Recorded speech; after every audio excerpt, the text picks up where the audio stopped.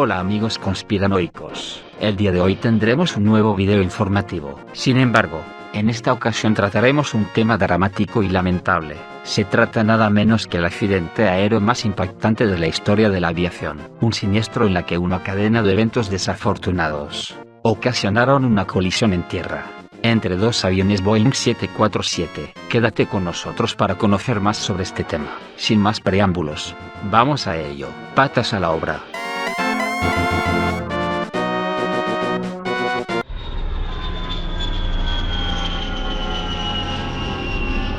...27 de marzo de 1977... parecía un día cualquiera para el servicio aéreo español. Sin embargo, en apenas unas horas, una serie de sucesos harían de esta fecha inolvidable. Dos aviones Boeing 747, uno de Panam Airways y otro de la aerolínea KLM, chocaron en la pista de despegue del aeropuerto Los Rodeos, ubicado en Tenerife, en las Islas Canarias, España, dejando un saldo de 583 muertos. Sin duda, una cadena de eventos desafortunados, imprudencia y falta de comunicación, fue la causa de la catástrofe.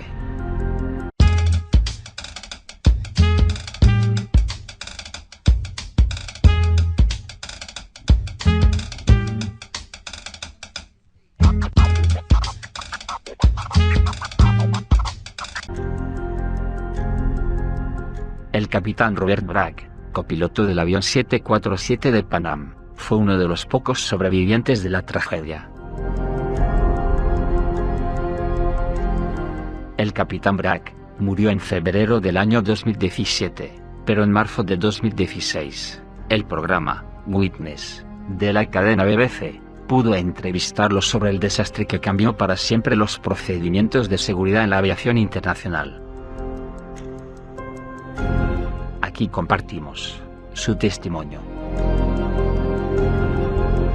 El día del accidente, el capitán Bragg viajaba como copiloto del vuelo Panam PA 1736, vuelo regular de esta aerolínea, que volaba desde el aeropuerto internacional John F. Kennedy en Nueva York, procedente del aeropuerto internacional de Los Ángeles, hacia el aeropuerto de Gran Canaria, en España.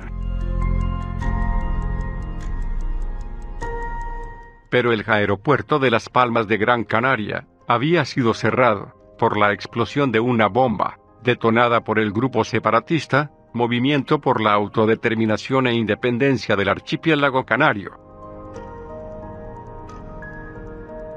Debido a este siniestro, muchos vuelos fueron desviados a Los Rodeos, incluidos los dos aviones involucrados en el accidente. El pequeño aeropuerto rápidamente se congestionó con aviones estacionados, que bloqueaban la única calle de rodaje, y forzaban a los aviones a salir a dar vueltas por la pista. Parches de niebla espesa se desplazaban por el aeródromo, de modo que la aeronave y la torre de control no podían verse entre sí. No había visibilidad.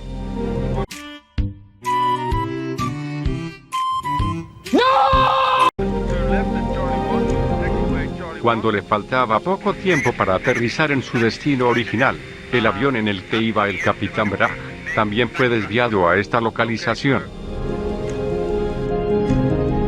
Así, el aeropuerto de Tenerife se llenó de aeronaves que esperaban la oportunidad de llegar a sus destinos. Otro de los aviones que también tuvo que aterrizar en Tenerife fue el Boeing 747 KLM 4805, vuelo charter de la línea aérea neerlandesa KLM, que volaba desde el aeropuerto de Schiphol, en Ámsterdam, en los Países Bajos, con destino al aeropuerto de Gran Canaria, España. El aparato estaba bajo el mando del capitán Jacob van Santen, un veterano y extremadamente experto piloto holandés.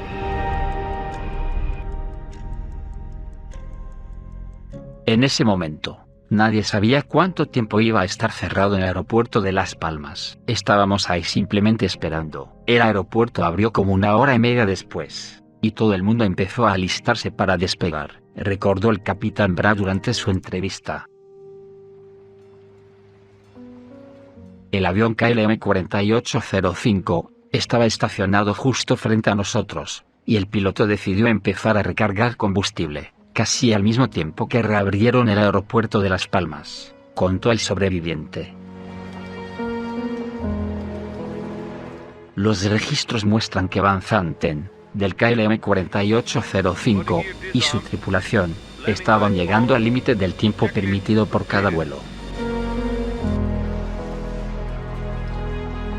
Recordando el episodio, el capitán Bragg sostuvo que el piloto quizás estaba apurado por seguir su camino. No puedes apresurarte, tienes que tomarte tu tiempo. Uno no se apura para despegar, ni para aterrizar, comentó el copiloto durante su entrevista.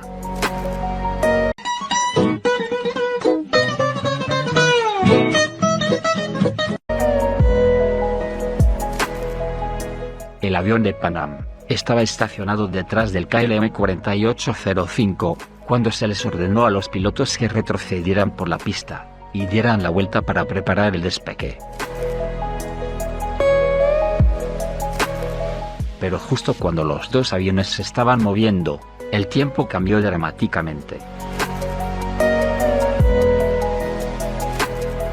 El aeropuerto de Tenerife está construido en un lugar propenso a llenarse de niebla, le dijo a la cadena BBC, el profesor Graham Braithwaite, del Centro de Investigación de Seguridad de Accidentes de la Universidad de Cranfield, en Reino Unido.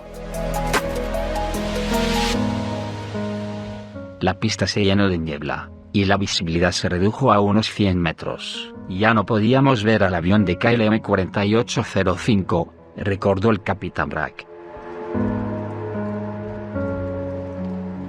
Las transcripciones de las grabaciones de ambos aviones indican que hubo confusión en sus cabinas.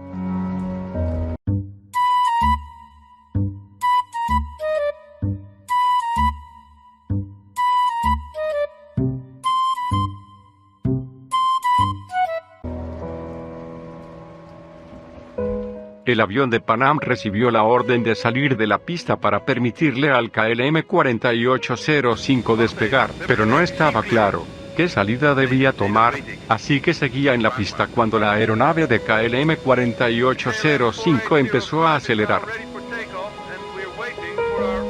Supimos que venía por la pista hacia nosotros, por las luces de aterrizaje que estaban brillando. Al principio no nos asustó, porque pensé que sabía que estábamos ahí, contó Bragg. Cuando el copiloto de Pan Am vio claramente al KLM-4805, ya estaba a unos 60 metros de ellos. Estaba viniendo por la pista directamente hacia nosotros, recordó. Según la transcripción de lo que sucedió en la cabina del KLM-4805, cuando el piloto Van Zanten empezó el proceso de despegue, fue interrumpido por su copiloto, quien le recordó que no tenían autorización para realizar el despegue. En los años 70, cuestionar a un piloto era bastante inusual, cosa que ha cambiado hoy día. Unos minutos después, cuando Van Zanten retomó el despegue, un ingeniero del avión se mostró preocupado, y dijo, ¿el avión Pan Am ya desocupó la pista? Sí, respondió el piloto con confianza. Pero estaba equivocado. No podía creerlo, no podía creer que se estuviera moviendo, no podía creer que estuviera despegando, le dijo Bragg a la BBC durante la entrevista. El capitán Bragg calcula que el piloto del KLM-4805 iba corriendo a una velocidad de 240 km por hora, tratando de alcanzar la velocidad de despegue, pero lo que no sabía era que ellos estaban en la pista y que una colisión era inminente. Empecé a gritar, «¡Sal de la pista! ¡Sal de la pista! ¡Sal!». Pasó tan rápido que no tuvimos tiempo de pensar, contó el copiloto de Pan Am. Habrían pasado unos 10 o 15 segundos desde que lo vimos, hasta que nos chocó. Nos debe haber visto al mismo tiempo que nosotros lo vimos, porque rotó el avión y subió una llanta para despegar, de manera tan fuerte que golpeó la cola del avión. Parecía que el capitán Van Santen estaba desesperado por despegar lo suficiente y pasar por encima del otro Boeing, pero como acababa de recargar combustible, el avión estaba muy pesado.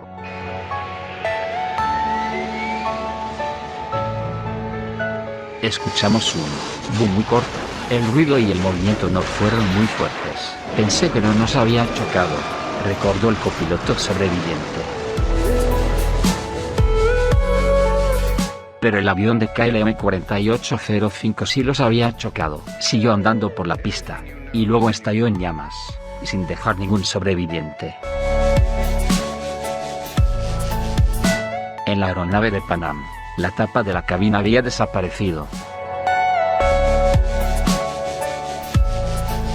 Cuando me di cuenta del daño, salté. Había unos 4 metros de la cabina al suelo, recordó Bragg.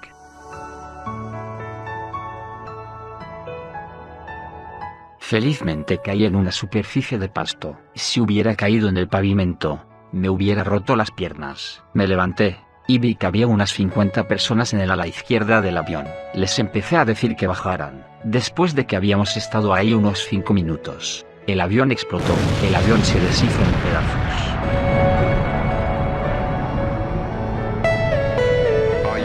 61 personas escaparon del avión de Pan Am, pero la niebla era tan densa que pasaron varios minutos hasta que los rescatistas se dieron cuenta de que había 2 aviones en llamas en la pista.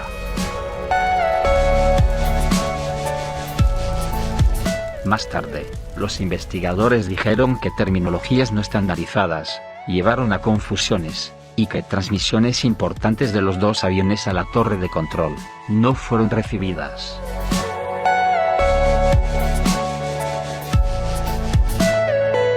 En aquella época, el aeropuerto de Los Rodeos carecía de un buen sistema de comunicación. Se trataba de un equipo viejo e ineficaz.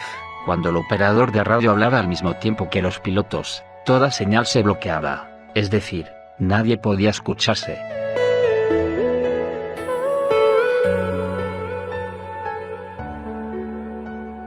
Adicionalmente, a partir de este accidente, la cultura de las cabinas de los pilotos cambió. Todos los tripulantes de cabina están entrenados para cuestionarse entre ellos, sin importar su rango. El capitán Van Santen, del vuelo KLM 4805, había ignorado las advertencias de su copiloto y de su ingeniero, situación que hoy en día ha cambiado, para evitar situaciones tan trágicas como esta.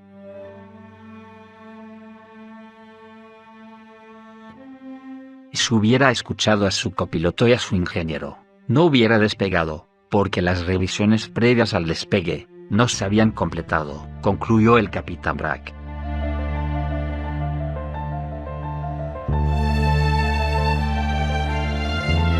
Él simplemente ignoró todo el proceso de despegue. Nadie sabrá nunca por qué tenía tanto apuro, y despegó de la forma que lo hizo, dijo Bragg.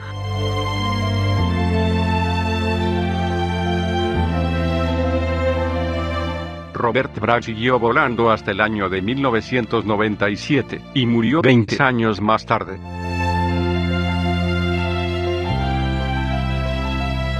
La investigación posterior, realizada por las autoridades españolas, concluyó que la causa principal del accidente fue la decisión del capitán del KLM 4805 de despegar, creyendo, erróneamente, que se había emitido una autorización de despegue del control de tráfico aéreo ATC.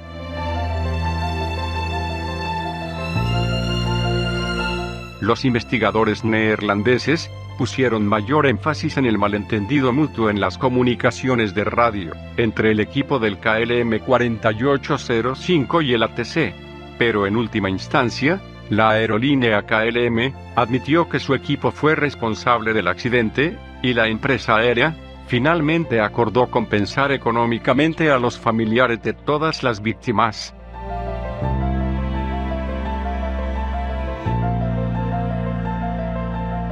El desastre tuvo una influencia duradera en la industria, destacando en particular la importancia vital del uso de la fraseología estandarizada en las comunicaciones de radio. Los procedimientos de la cabina también se revisaron, lo que contribuyó al establecimiento de la gestión de los recursos de la tripulación, como parte fundamental de la capacitación de los pilotos de las aerolíneas.